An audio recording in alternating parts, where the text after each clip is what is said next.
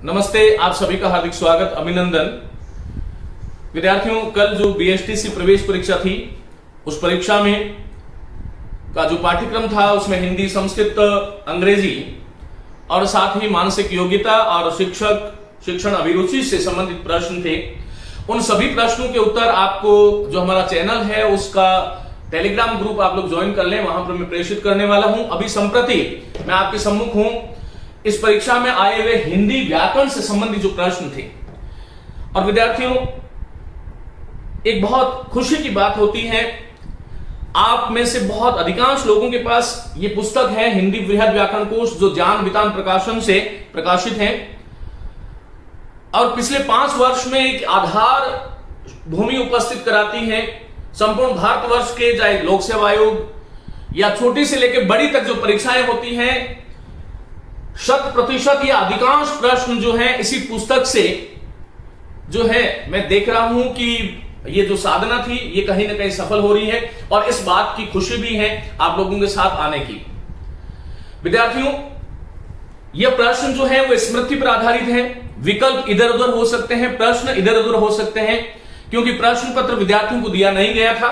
लेकिन जो प्रश्न मुझे उपलब्ध हुए विद्यार्थियों के माध्यम से, उन प्रश्नों को लेकर के मैं आप लोगों से चर्चा कर रहा हूं। ये ध्यान रखिएगा, ये बहुत ही स्तरीय प्रश्न पत्र था और कुछ नए प्रश्न भी पूछे गए, जो एक रटी रटाई जो परिपाटी और जो परंपरा जो थी उसको कहीं ना कहीं विखंडन इस प्रश्न पत्र में मैं देख रहा हूं कि उसका कहीं ना कहीं विखंडन हुआ है। तो ये प्रश्न पत्र जो विद्यार्थी दे चुके हैं उनके लिए तो अपना जो है मेजरमेंट करने के लिए जो है बहुत उपयोगी होंगे निश्चित रूप से। और आप बिल्कुल निश्चिंत रहें, एक भी प्रश्न का गलत उत्तर मैं नहीं दूंगा, ये ध्यान रखिएगा। मैं आज कह रहा हूं, जब आपकी जो है ये अधिकृत जो इसकी उत्तर माला जब आए तब आप इसको देख सकते हैं जो मैं कह रहा हूं वो कितना प्रामाणिक है। लेकिन विद्यार्थियों, उसके साथ साथ बीएसटीसी के इस परीक्षा में सम्मिलित विद्यार्थियों के साथ साथ ये जो प्रश्न पत्र जो है वह तमाम उन प्रतियोगी जो आगे आने वाली परीक्षाओं की तैयारी कर रहे हैं, चाहे वो रीट हो, सेकंड ग्रेड हो, फर्स्ट ग्रेड हो, और वह तमाम परीक्षाएं जिसमें हिंदी व्याकरण का कोई भाग समाविष्ट हो। तो आइए शुरू करता हूं मैं। मित्रों, पहला प्रश्न जो हमें प्राप्त हुआ वह है मध्यम पद लोपी तत्पुरुष नहीं है। देखिए, तत्पुरुष जो समास है उसका कुनबा सभी समासों में सबसे बड़ा है। मैंने मेरे इस चैनल पर भली भांति इस मध्यम पदलोपी तत्पुरुष समास को पढ़ाया है, वहां पर आप व्याख्यान देख सकते हैं। ये चारों के चारों शब्द मैंने वहां पर सम्मिलित किए हैं। पूछा यह गया है कि मध्यम पदलोपी तत्पुरुष नहीं है, कौन सा पद है चारों में से जिसमें मध्यम पदलोपी तत्पुरुष नहीं है। मध्यम पदलोपी तत्पुरुष होता कहां है? देखिए, समास में दो पदों के बीच में आए विभक्ति चिन्ह या अव्ययों का लोप होता है, लेकिन कुछ समस्त पद ऐसे होते हैं जिनके मध्य आए हुए, दो पदों के मध्य आए हुए पद के पद ही गायब हो जाते हैं, मध्य का पूरा पद ही लोपी हो जाता है। इसी का एक नाम है लुप्त पद तत्पुरुष समास। तो ये मध्यम पद लोपी तत्पुरुष नहीं है। पहला जो विकल्प है इसमें जो हमें प्राप्त हुआ वह है वन मानुष। वन मानुष शब्द का समस्त पद का जो विग्रह होगा वह होगा वन में रहने वाला है जो मानुष। देखिए, इसमें रहने वाला है जो, ये सारे के सारे पद जो थे वो बीच में से गायब हुए, इसका मतलब वन मानुष में मध्यम पद लोपी तत्पुरुष है। तो ये तो विकल्प नहीं हो सकता। प्रश्न में पूछा नहीं है। दूसरा देखिए, घृतान्न शब्द है। घृत घी को कहते हैं, अन्न हम जानते हैं। अन्न शब्द अद धातु से बना है, अद मनी खाना, और कतः प्रत्यय है, जिसको खाया जाता है वह अन्न है। पहला पद इसमें घृत है, दूसरा पद अन्न है, लेकिन घृतान जो समस्त पद है इसका अर्थ है घृत मिश्रित है जो अन्न। तो मिश्रित है जो ये पद है और मध्य में आया हुआ है, इसलिए घृतान शब्द में भी मध्यम पदलोपी तत्पुरुष समास है। एक विकल्प में है पनचक्की। ये ध्यान रखिएगा, कई बार परीक्षक क्या करता है, इधर पनचक्की देकर के आपको विग्रह में कहता है पवन से चलने वाली चक्की। विद्यार्थियों ध्यान दीजिएगा, पवन से चलने वाली चक्की जो है वो पवन चक्की होती है। ये पन चक्की का विग्रह होता है पानी से चलने वाली है जो चक्की। पानी से चलने वाली है जो, ये सारे के सारे पद थे और पदों का लोप हो गया। इसका मतलब निश्चय ही वन मानुष, घृतान और पन चक्की ये मध्यम पदलोपी तत्पुरुष के उदाहरण है। जो नहीं है वह है मधुप। मधुप जो समस्त पद है, इसमें दो पद हैं, पहला है मधु और आगे है प। याद रखिए, जब कभी भी किसी शब्द के अंत में प आ जाता है तो उसका अर्थ होता है पीने वाला, जैसे पीने वाला या पालन करने वाला। जैसे द्वीप शब्द है, द्वीप हाथी को कहते हैं। द्वीप शब्द आप लोगों ने सुना होगा, द्वीप, द्वीप दो बार पान करने वाला। हाथी पहले सुंड में पानी भरता है और फिर उसका पान करता है, इसलिए द्वीप है। मधुप, मधु का पान करने वाला, भ्रमर को कहते हैं। ये जो मधुप जो पद है, इसमें दो समास हो सकते हैं, ध्यान रखिएगा, नोट कीजिएगा। पहली इस मधुप शब्द की जो संरचना है वह है उपपद तत्पुरुष की, याद रखें। और रीत वालों, आपको अलर्ट हो जाना चाहिए, यदि बीएसटीसी प्रवेश परीक्षा में इस प्रकार के प्रश्न पूछे जा सकते हैं तो आपको तो यहां से सीधी नौकरी साक्षात जो है आपको आजीविका मिलने वाली है। कुछ अच्छा प्रश्न पत्र आने की उम्मीद आपको करनी चाहिए। और जो विद्यार्थी परिश्रम, मेहनत, स्वाध्याय करता है वह हमेशा प्रार्थना करता है कि प्रश्न पत्र स्तरीय हो, ताकि हमारा जो ज्ञान है उसका सही परीक्षण हो सके और योग्य लोग आगे आ सके। ये बहुत ही एक किसी भी परीक्षा के लिए, उस सर्जक के लिए और उस मेहनती विद्यार्थी के लिए बहुत अच्छा उपहार होता है कि प्रश्न पत्र स्तरीय आए। मधुप जो शब्द है उसमें पहला तो उपपद तत्पुरुष है, संरचना इसकी उपपद की है। मैंने इसके बारे में व्याख्यान दिया है, आप चाहें तो आप वहां से सुन सकते हैं। डॉक्टर केहार मैया का जो यूट्यूब चैनल है उसमें जाकर के आप लोग देख सकते हैं। दूसरा, वह जो मधु का पान करता है वो बहुब्रीहि समास भी हो जाएगा, लेकिन मध्यम पदलोपी तत्पुरुष नहीं है। और इसका मतलब ये हो गया कि ये जो पहला जो प्रश्न यहां पर लिखा गया, इसका सही उत्तर है मधु, ये ध्यान रखिएगा। मैं यहां पर केवल इन प्रश्नों का उत्तर रटने के लिए आपको दिखाने के लिए नहीं आया हूं।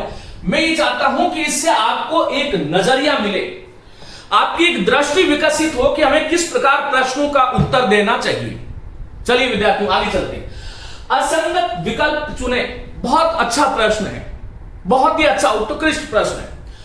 असंगत विकल्प को चुने। देखिएगा, यहां पर सु और स्तु से मैंने ये संधि प्रकरण में बताया था, सु और स्तु से स में उ जो आया, उसके कारण उ के कारण ये जो दंत्य सकार है स्तु वाला, ये जो है श, मूर्धन्य सकार बन जाएगा, थ का ठ बन जाएगा। सुष्ठु और सुष्ठु में फिर अप्रत्यय जोड़ते हैं तो आदि वृद्धि होकर के सौष्ठव शब्द बनता है, जो कि ठीक है। प्रश्न था असंगत, तो ये तो असंगत नहीं हुआ। फिर उसके बाद में अभी, वी और आपती, अभिव्याप्ति, वी और आपती के मध्य यह संधि हो गई है, अभी उपसर्ग है, वी उपसर्ग है और आप मूल शब्द है और ति प्रत्यय हिंदी की दृष्टि से तो अभिव्याप्ति शब्द है जो संपूर्ण रूप से किसी चीज को व्याप्त कर दे। सुष्ठु का मतलब होता है सुंदर और सौष्ठव सुंदरता का पर्यायवाची है, याद रखिएगा। अभिव्याप्ति में अभी उपसर्ग, वी उपसर्ग, आपकी और अभिव्याप्ति बिल्कुल ठीक है। अभी नी और आस के मध्य न्यास संधि हो जाएगी, अभी उपसर्ग है तो अभिनाश शब्द ठीक है। यहां पर अनु, स, अंग और इत ऐसा है और यही गलत है, ध्यान रखिएगा। आनुषंगिक शब्द होता है मूलतः, लेकिन आनुषांगिक भी प्रचलन में है। उभयविध वृद्धि हो जाती है, कई पद ऐसे होते हैं जैसे आदि भौतिक है, आदि दैविक है, इस प्रकार के सार्वभौतिक है, सार्वभौमिक है, इस प्रकार के कुछ पद हैं जिसमें दो दो जगह वृद्धि हो जाती है, जिसको हम आदि वृद्धि कहते हैं। इसके बारे में मैंने सारा व्याख्यान ले चुका हूं, प्रत्येक प्रकरण में जाकर के आपको पढ़िए, आपको आनंद आएगा। तो अनु, स और अंग नहीं होगा। देखो, पहले इसमें आएगा अनु उपसर्ग है और संग मूल शब्द है। इस उ के कारण ये जो स था दंत्य, इसका मूर्धन्य बन गया, अनुषंग बना और अनुषंग में इक जोड़ेंगे तो ये शब्द आनुषांगिक या आनुषंगिक उभयविध है, तो ये आनुषांगिक शब्द बना। इसका मतलब ये हुआ कि इसका असंगत विकल्प कौन सा है, 4 नंबर है। बहुत अच्छा प्रश्न है, आप लोग स्क्रीनशॉट लें, यहां तक का बहुत ही अच्छा प्रश्न है। इस प्रकार के प्रश्न आने चाहिए, स्तरीय प्रश्न है। किसी भी शब्द की व्युत्पत्ति कैसे हुई, विद्यार्थी को यही जानना चाहिए। उसके बाद में आगे वाला प्रश्न देखें, बहुत सरल है, लेकिन कई बार ये सरल जो चीजें होती है बहुत गड़बड़ कर देती हैं। पूछा गया था रामायण शब्द में कौन सा प्रत्यय है, या रामायण शब्द का संधि विच्छेद आपको ध्यान रखना चाहिए कि राम और अयन होता है, राम और आयन नहीं होता है। ये जो झगड़ा है ये अयन और आयन में है। अयन का अर्थ होता है घर, चरित्र, विस्तार। तो रामायण का जो शुद्ध संधि विच्छेद है वो राम और अयन है। बहुत सारे बच्चे नारायण शब्द को लेकर के बड़े संदेह में होते हैं। तो मित्रों ये नारा और अयन है, नारा और अयन, और इसमें प्रत्यय की दृष्टि से आयन प्रत्यय भी है। यदि नारा विकल्प में नहीं आए तो नार कर सकते हो। देखो नारा या नार जो है वो जल का पर्यायवाची है। नारायण भगवान विष्णु को कहते हैं क्योंकि विष्णु का जो घर है, विष्णु का जो विस्तार है वह जल में है या जल पर है, इसलिए नारायण जो है भगवान विष्णु का पर्याय है। मनुस्मृति में कहा गया है नारा वही प्रोक्ता, नारा हुई जल है, नारा आप प्रोक्ता वही प्रोक्ता। तो इस प्रकार से नारा शब्द है, इसका नर और अयन संधि विच्छेद न करें नारायण का, यह ध्यान रखिएगा, बहुत अच्छी बात है। रामायण के व्याज से, इसकी बहाने से मैंने आपको इस शब्द को भी समझा दिया। आगे चलते हैं। प्रश्न आया था कि ये प्रत्यय का प्रयोग नहीं है, तो पहले किसी भी प्रत्यय का प्रयोग जानो तो उससे पहले ये जानना चाहिए कि वो प्रत्यय किस अर्थ में आ रहा है, और ये प्रत्यय जो है संबंधवाचक प्रत्यय है। हिंदी व्याकरण कोश में हमने इसी रूप से इस प्रत्यय को विस्तार से बताया गया है। बहुत सारे शब्द इससे बनते हैं। ये प्रत्यय संबंधवाचक प्रत्यय। चलो आओ, मानवीय किसको कहते हैं? मानवीय है जो है मानवीय प्रवृत्ति विशेषण शब्द है। मानव का उसकी प्रवृत्तियों से संबंध बता रहा है। तो मानव मूल शब्द था। देखो कैसे बना, मनुष्य शब्द में जब अ जुड़ता है तब मानव बनता है, और मानव में जब ईय जुड़ेगा तब मानवीय, जो मानव जैसा है, मानव से संबंध जिसका है वो मानवीय है। भवदीय जो शब्द है उसका मूल शब्द भवत है, और भवत और ईय के मध्य यहां पर तो का द भी हो गया है, संधि भी हो गई, प्रत्यय भी है, शब्द बनता है भवदीय। अर्थ होता है आपका, पुल्लिंग और स्त्रीलिंग में होता है भवदीय। तो इसमें ये प्रत्यय है, इसमें भी है, इसमें भी है। पाणिनीय, पाणिनीय में देखो मूल शब्द पणिन था, ई जुड़ा तो पाणिनीय शुद्ध ऐसे लिखते हैं, देख लेना। और पाणिनीय मानी पाणिनीय से जिसका संबंध है वो पाणिनीय होता है, और यहां पर ई प्रत्यय है, ये ध्यान रखिएगा। विचारणीय शब्द का अर्थ क्या है? विचारणीय शब्द को यदि आप देखो तो वि उपसर्ग है, चर मूल शब्द था, अ जुड़ा तो विचार बना, वि और चार को जोड़ा तो विचार बना, और विचार करने के योग्य जो है उस योग्य अर्थ में अन्य प्रत्यय का प्रयोग होता है। हिंदी में और संस्कृत में अन्य होता है। इस र के कारण इस न का न हो गया, और ये शब्द क्या बना बोलो? विचारणीय शब्द बना। ऐसे ध्यान रखना चाहिए। इसका मतलब ये हुआ कि इस शब्द में विचारणीय जो शब्द है उसमें ये प्रत्यय का प्रयोग नहीं हुआ है। बहुत अच्छा स्तरीय प्रश्न पत्र। चलिए विद्यार्थियों आगे बात करते हैं। अब देखिए आगे जो है वो एक शब्द आया, बैठे तरु छाया में, कुछ इस प्रकार का एक शब्द था। और इसमें क्या दिया गया कि इसमें यह पूछा गया कि तरु छाया जो है इसका रेखांकित पद का शुद्ध रूप क्या होगा? तो तरु छाया ये जो आप देख रहे हो ये गलत है, अशुद्ध है। शुद्ध रूप है तरु के साथ में छाया शब्द की संधि विच्छेद करते हैं तब यहां पर बीच में च का आगम होता है। हिंदी में इसको चागम व्यंजन संधि कहते हैं। इस चागम व्यंजन संधि के नाम से एक स्वतंत्र व्याख्यान में संधि प्रकरण में दे चुका हूं। बहुत सारे शब्द यहां से बनते हैं। नियम यह है कि प्रथम पद का अंतिम वर्ण यदि कोई स्वर हो और स्वर के बाद में अंतिम पद का प्रथम वर्ण कोई छ वर्ण से शुरू होने वाला कोई भी शब्द हो तो वहां पर बीच में च जुड़ जाता है। तरु छाया, वृक्ष छाया, रदत छेद, दंत छेद, लक्ष्मी छाया, बहुत सारे आच्छादन, स्वच्छंद, विच्छेद, बहुत सारे शब्द बनते हैं जो चागम व्यंजन संधि के उदाहरण हैं। ये केवल प्रश्नों के उत्तर नहीं है। यहां से आपको एक एक शब्द से आपको नियम और उस पूरी संपूर्ण सर्वांग व्याकरण को समझने का एक तरीका और समझने का एक मौका आपके पास में है। बहुत ध्यान से इसको सुनोगे तो सैकड़ों प्रश्न, जब तक मैं पहुंचूंगा आगे, सैकड़ों प्रश्न आपके तैयार हो जाएंगे। मित्रों तरु छाया की बात हो गई है, आगे चलते हैं। देखिए आगे प्रश्न था तत्पुरुष समास का उदाहरण निम्न में से कौन सा तत्पुरुष समास का उदाहरण है? ये 4 ऑप्शन थे तत्पुरुष समास का उदाहरण। देखो, आमरण, आमरण में आ उपसर्ग लगा है, यथाशक्ति में यथा लगा है, प्रतिदिन में प्रति उपसर्ग लगा है, और किसी शब्द में आ, यथा, प्रति इत्यादि उपसर्ग के रूप में आ जाए तो वह अव्ययी भाव समास होता है।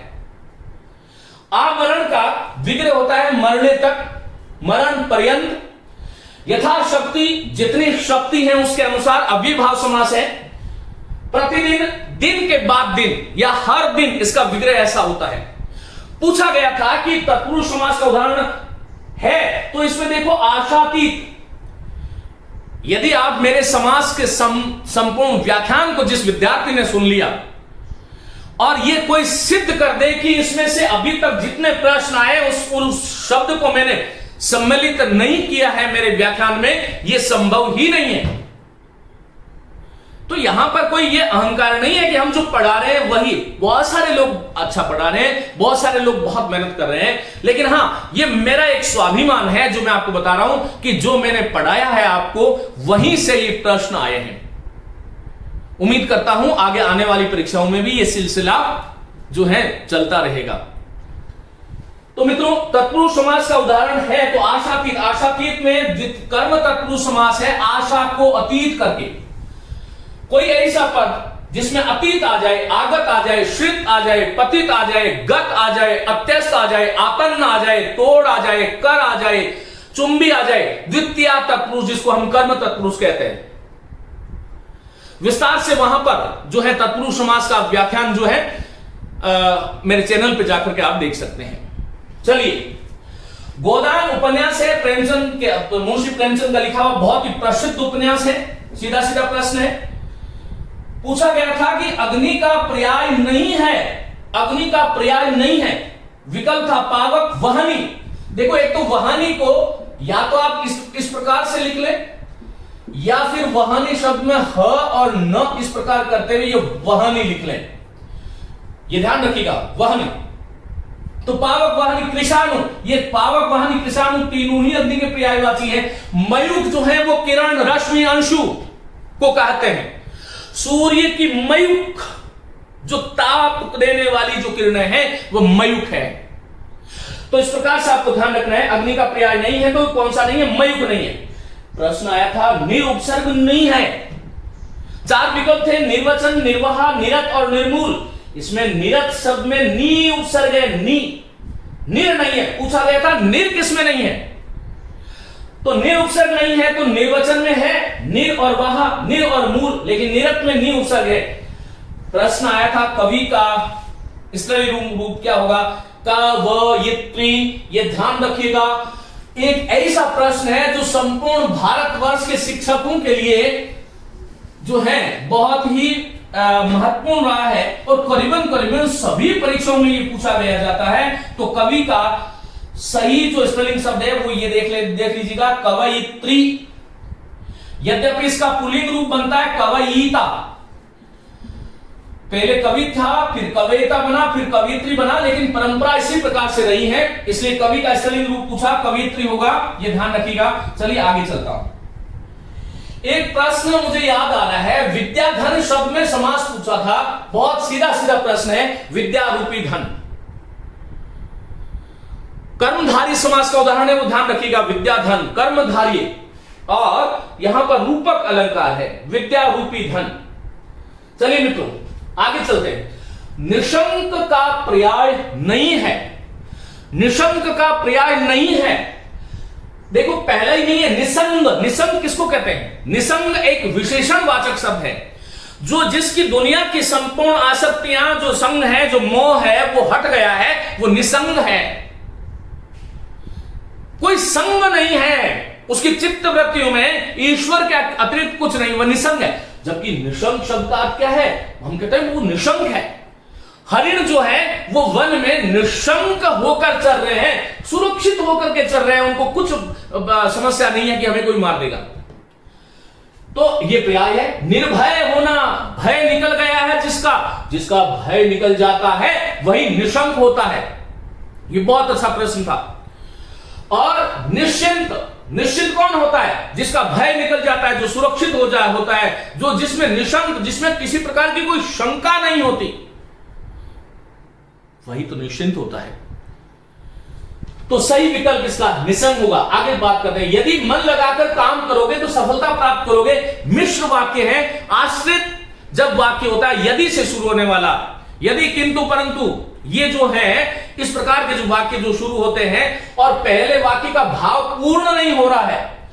यदि मन लगाकर काम करोगे, यदि से शुरू हुआ, वाक्य पूरा नहीं हुआ तो सफलता प्राप्त करोगे। मतलब ये हुआ कि मन लगाकर काम करना सफलता प्राप्त करने की पहली शर्त है, मन लगाकर काम करना। तो ये मिश्र वाक्य है, ये ध्यान रखिएगा। संयुक्त वाक्य में एक से अधिक क्रियाएं हो सकती हैं, उद्देश्य और विधेय बहुत सारे हो सकते हैं, लेकिन प्रत्येक स्वतंत्र वाक्य हो सकता है। यदि आप उसको हटाकर के फुल स्टॉप लगा दो, वाक्य का पूरा अर्थ मिल रहा है, तो वो संयुक्त वाक्य है। ये आपको ध्यान रखना चाहिए। वाक्य प्रकरण पर बात करेंगे बहुत जल्दी। मित्रों, सरस का विलोम शब्द पूछा गया था। सरस का निरस विलोम शब्द होता है। विलोम शब्द बहुत ही रोचक विषय है। यदि किसी शब्द में उपसर्ग है तो उसका विलोम शब्द भी उपसर्ग वाला होगा। ये रस सहित जो है वह सरस है, और जो रस सहित नहीं है, नीरस। नीरस का संधि विच्छेद देखो, निर और रस होता है। र के बाद में र आने पर एक र का लोप हो जाता है, पहले वाला स्वर का दीर्घ हो जाता है, शब्द बनता है नीरस। नीरस मत कीजिएगा, ये नीरस शब्द जो है वो गलत, ऐसा कोई शब्द ही नहीं है।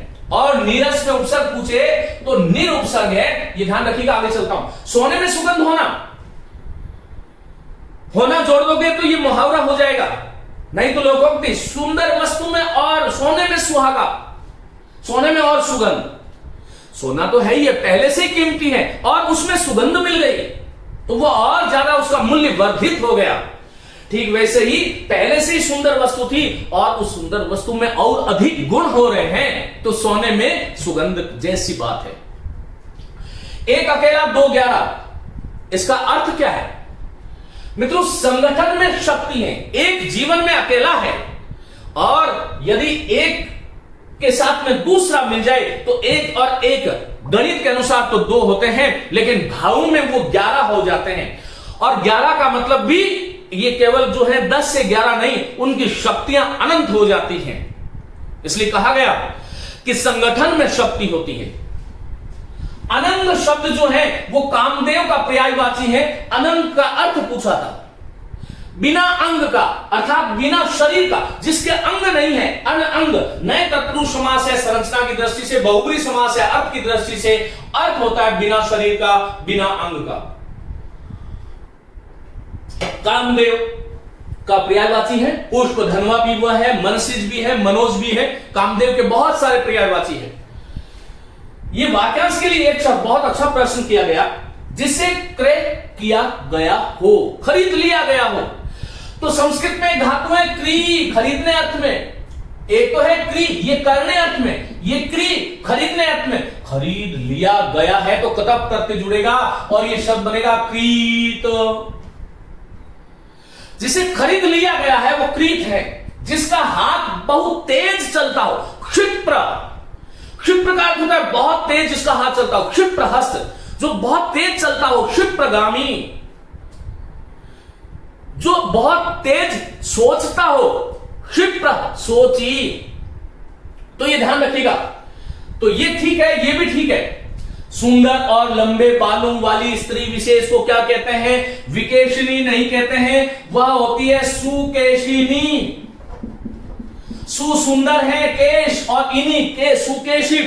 सुकेशी जब शब्द है वह सुंदर बालों वाले पुरुष के लिए आता है। सुकेशी, सुंदर है केश जिसके, और सुकेशिनी, सुंदर है केश जिसके। ऐसी कोई स्त्री विशेष जो है वह सुकेशिनी बनती है, ऐसा ध्यान रखना चाहिए। जो कृत्रिम वेश धारण करता है वह छद्मी होता है। बिल्कुल ठीक है, द हलंत है, ध्यान रखिएगा। तो इसका सही उत्तर हो जाएगा असंगत। ये सुंदर और लंबे बालों वाली विकेशिनी नहीं होती, सुकेशिनी होती है।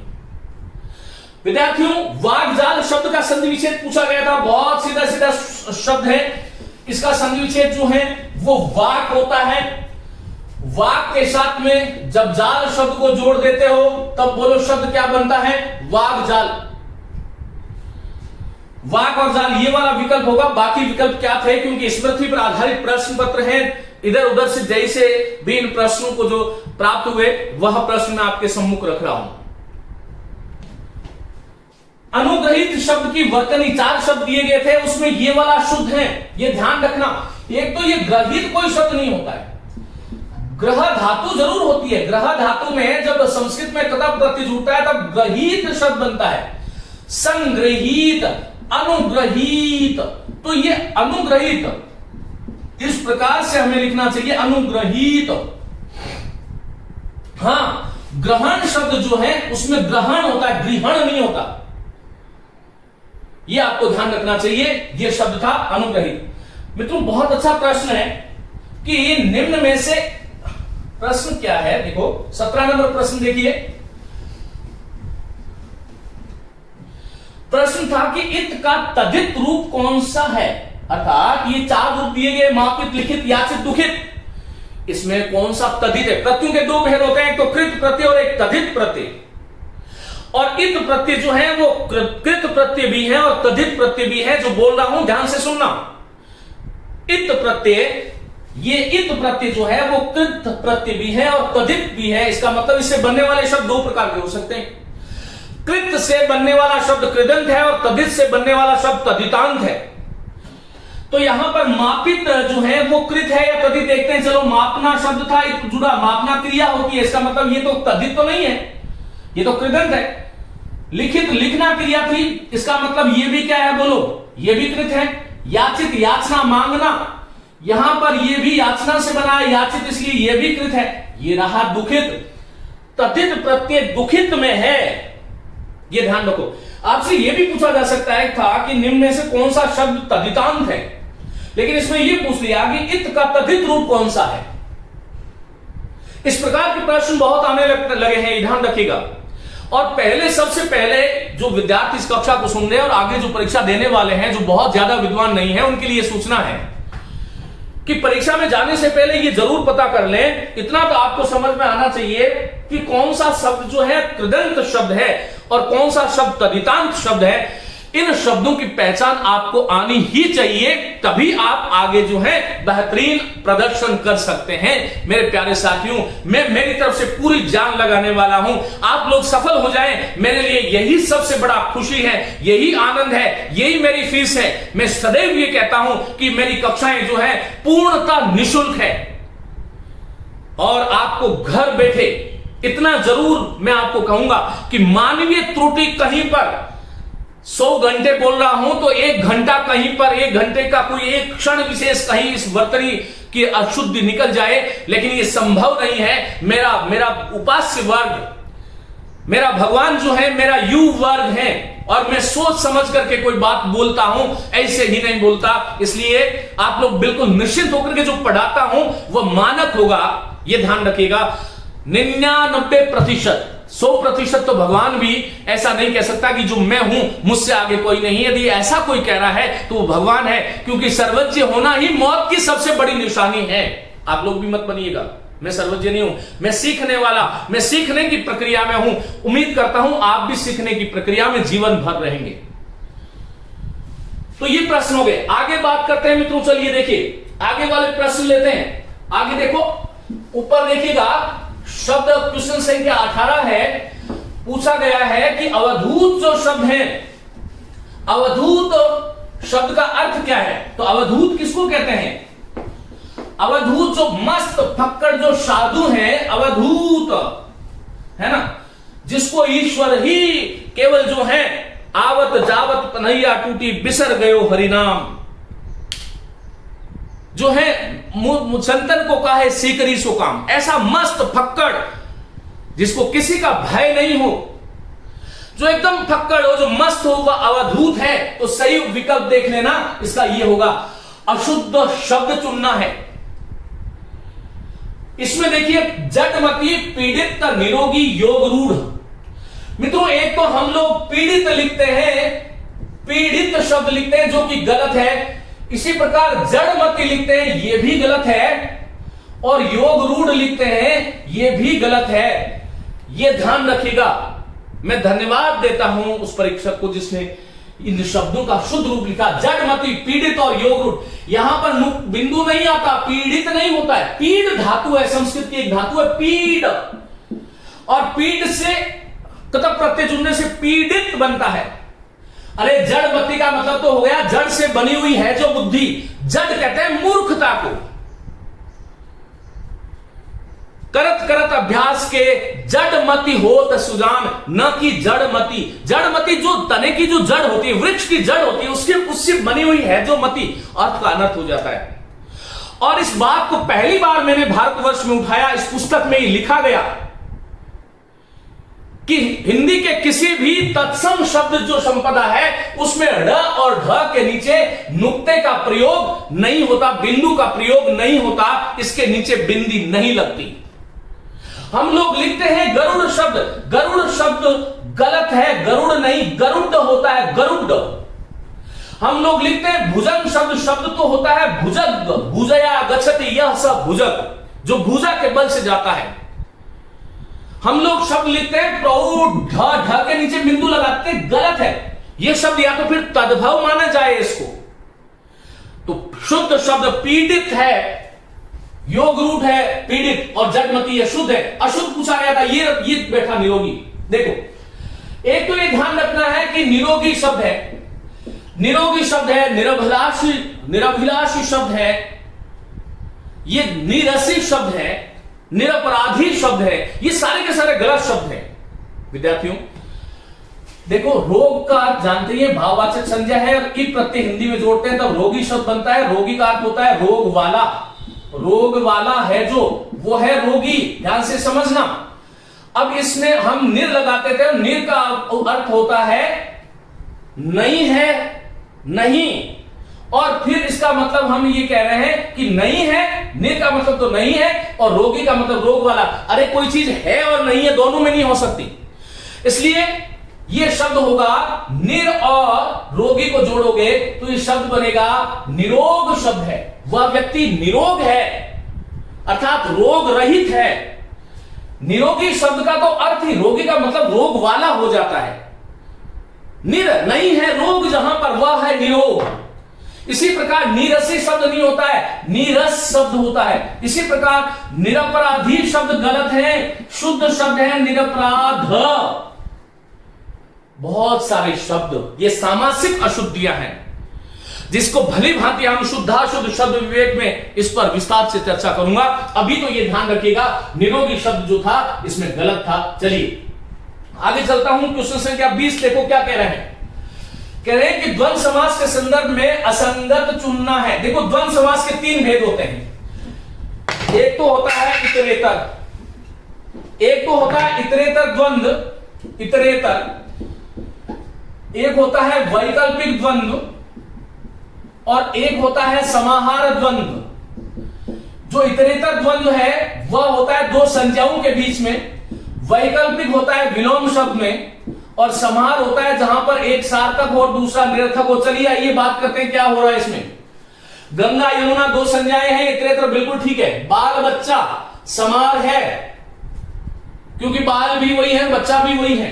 कृष्णार्जुन वैकल्पिक नहीं है, वैकल्पिक विलोम शब्द में होता है। कृष्ण और अर्जुन तो दो संज्ञाएं हैं। हाँ, यदि मैं दिन रात कहता तो ये विलोम शब्द था, सुख दुख कहता, हानि लाभ कहता, शुभ अशुभ कहता, तो ये वैकल्पिक द्वंद्व का उदाहरण बनता। लेकिन यहां पर क्या था बोलो, कृष्ण एक संज्ञा है, अर्जुन एक संज्ञा है, कृष्ण और अर्जुन, और इसमें वैकल्पिक नहीं होकर के इतरेतर द्वंद्व होगा। तो ये गलत ऑप्शन है, असंगत यही रहा आपका। एक था 71, बहुत अच्छी बात है। मैंने द्वंद्व समास में ये पूरी संख्याओं को बहुत भली भांति समझाया था। यदि कोई विद्यार्थी इसको ढंग से सुन लेगा तो उसको आनंद ही आनंद मिलने वाला है। 71 में इतरेतर द्वंद्व है, 1 और 70, 70 चेंज हो गया 70 में, एक का बन गया एक, समस्त पद बना 71। जब दोनों पद संख्यावाची हो द्वंद्व होता है, द्वंद्व में भी इतरेतर द्वंद्व होता है। आगे बात करते हैं 21 नंबर। परि उपसर्ग वाला शब्द कौन सा है? पहला ही है, परिधि। देखो, परजीवी में पर उपसर्ग है, पराकाष्ठा में प्र उपसर्ग है, प्रदक्षिणा में प्र उपसर्ग है, पूछा परि गया था, यही रहा। सही विकल्प चुनिए। मित्रों देखो, ये कृपाचार्य शब्द बहुत बार पूछा गया है, याद रखना। कृप एक जाति है और कृप जाति के एक आचार्य हुए, जिसको कृपलानी आप कहते हैं आजकल। कृप मूल शब्द है। तो कृप जाति का जो आचार्य है वो कृपाचार्य कहलाए। कृपा करने वाला आचार्य कृपाचार्य नहीं है। ये संधि तो बन रही है इससे, लेकिन ये गलत है। इसका मतलब ये गलत है। प्रो और ज्वल से प्रोज्वल नहीं बनेगा, प्र और उज्ज्वल से प्रोज्वल बनेगा। गुण संधि ये भी गलत है। परि और कार, देखो ये परिष्कार बहुत पीड़ित है। इसमें बहुत सारे लोग परि और कार करके संधि कर देते हैं, बहुत सारे लेखक भी। गलत है। परि उपसर्ग है और आगे कार शब्द है, उसमें श का आगम हो जाएगा और ये शब्द बनता है परिष्कार। परि उपसर्ग के बाद में कार, कृत, कर्ण, कर्ता, कृति, कर का योग हो तो बीच में श जुड़ता है और परिष्कार शब्द बनता है। ये ध्यान रखिएगा। तो इसमें अशुद्ध दो शब्द पूछा है। क्या पूछा है? सही विकल्प चुनना था परिष्कार। अंधे की लकड़ी होना, मुहावरा क्या अर्थ है? एकमात्र सहारा होना। अंधा है और अंधे को लकड़ी ही एकमात्र सहारा है। तो बहुत सीधा सीधा प्रश्न है।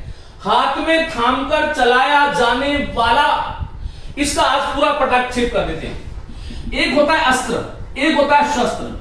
शस्त्र जो है वो शस धातु से बना है और अस्त्र जो है वो अस धातु से बना है। अस का अर्थ होता है फेंकना, जो फेंक करके चलाते हैं वो अस्त्र है। और जो हाथ में शस, हाथ में शासन होता है, जिसका हाथ से जो चलाया जाता है, जिसमें मेरा स्वयं का शासन है, वह शस्त्र है। और जिसको मैं फेंक कर चलाता हूं वह अस्त्र है। हमेशा पूछा जाने वाला शब्द है अस्त्र। अस का अर्थ समझ लेना, फेंकना। शासन करना, जिसको हाथ में पकड़ करके चला रहा हूं शस्त्र है। हाथ से फेंक करके चला रहा हूं शस्त्र है, अस्त्र है। सॉरी, हाथ में रख के चला रहा हूं शस्त्र है, फेंक के चला रहा हूं अस्त्र है। प्रेक्षपास्त्र शब्द आपने सुना होगा। तो इस तरह से शस्त्र क्या पूछा था? हाथ में थामकर चलाए जाने वाला शस्त्र है। एक प्रश्न ये देखो, वाक्यांश के लिए एक शब्द वाला प्रश्न जो है बहुत अच्छे प्रश्न है। देखो क्या पूछा है, देखिए।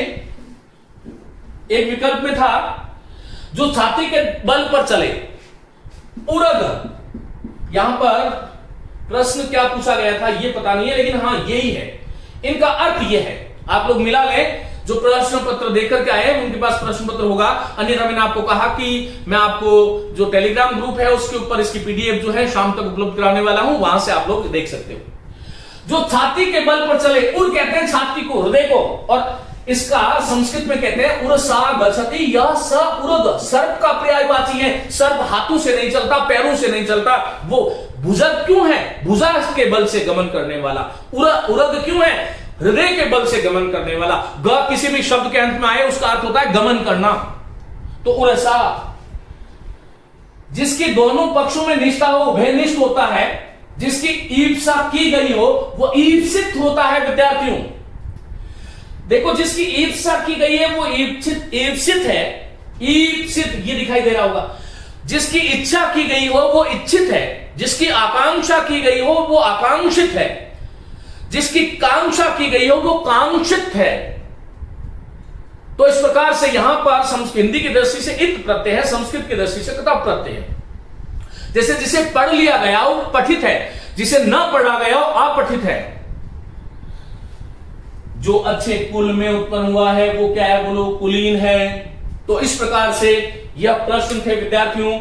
शायद एक दो प्रश्न नहीं उपलब्ध हो पाए, बाकी 30 प्रश्न जो हिंदी के थे मैंने प्रयास किया है। उम्मीद है आप लोगों को एक नई दृष्टि मिली और आने वाली जो परीक्षाएं हैं उसमें हमें किस प्रकार प्रश्न पत्र को समाधान करना चाहिए, हल करना चाहिए, यह भी एक बहुत बड़ी बात है। जानना और करना, क्रियान्वित होना, क्योंकि कहा गया है जानम भार क्रियाम बिना। जान भार है जब तक क्रिया में नहीं आए। जब तक खोपड़ी में पड़ा है वो जान कोई काम नहीं आता। इसलिए क्रिया में जब तक वो अनुसूत नहीं होता, आपके व्यवहार में वो दिखता नहीं, वो जान है ही नहीं। इसलिए जानम भार क्रियाम बिना संस्कृत की उक्ति है, सूक्ति है कि जान भार है क्रिया के बिना। और इसको आप क्रिया में किस प्रकार से, जिस प्रकार मैंने आपको एक बताया कि किस प्रकार हमें प्रश्नों का समाधान करना चाहिए, उम्मीद करता हूं आपके लिए कक्षा बहुत ही उपयोगी होगी। आने वाली परीक्षाएं जो होगी कुछ न कुछ एक दृष्टि आपको यहां से मिलेगी। मेरा बहुत बहुत सभी को धन्यवाद, और जिन बच्चों ने मेरे बच्चों ने जो परीक्षा दे दी है उनको बहुत बहुत शुभकामनाएं। उन सबका चयन हो, इसी कामना के साथ आगे मैं आपको मिलता हूं अति शीघ्र।